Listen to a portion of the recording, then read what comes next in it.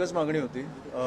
27 तारखेला आपला गणेशोत्सव सुरू होतोय आणि मला वाटतं ह्या पावसाळी अधिवेशनात आशिष सरांनी गणेशोत्सव ह्याला राज्य महोत्सवाचा दर्जा दिला, राज्य महोत्सव म्हणून घोषित केलं. ते घोषित केल्यानंतर आमच्याकडे काही तक्रारी आल्या की काही खाजगी कॉलेजेस असतील किंवा शाळा असतील तिकडे परीक्षा घेतल्या जातात या काळात. ते पण आहे आमच्याकडे की कुठच्या शाळेत आणि कधी, म्हणजे 26 तारखेला परीक्षा आहेत, 27ला सुट्टी, 28पासून परत परीक्षा चालू होत आहे. तर माझं म्हणणं आहे की हे मी तुम्हाला देतो नंतर.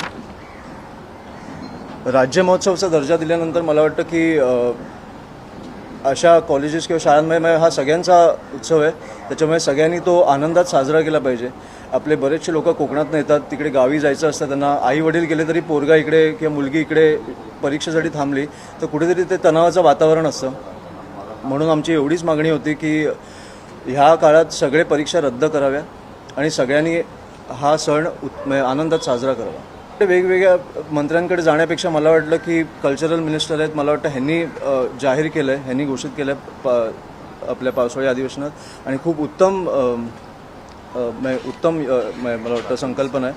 त्याच्यामुळे मला वाटतं की त्यांच्याकडे येऊन त्यांनी सगळ्यांना एक परिपत्रक काढायला सांगितलं तर बरं होईल. आता मला वाटतं 27 तारखेला उत्सव चालू होतो आहे, त्याच्यामुळे सगळीकडे जाण्यापेक्षा एकीकडून एक निरोप गेला तर मला वाटतं बेटर होईल. सगळ्या बोर्डांसाठी, मला वाटतं महाराष्ट्रात जे बोर्ड आहेत त्या सगळ्यांसाठी, त्या सगळ्यांना ह्या गणेशोत्सवात हा गणेशोत्सव साजरा करता आला पाहिजे.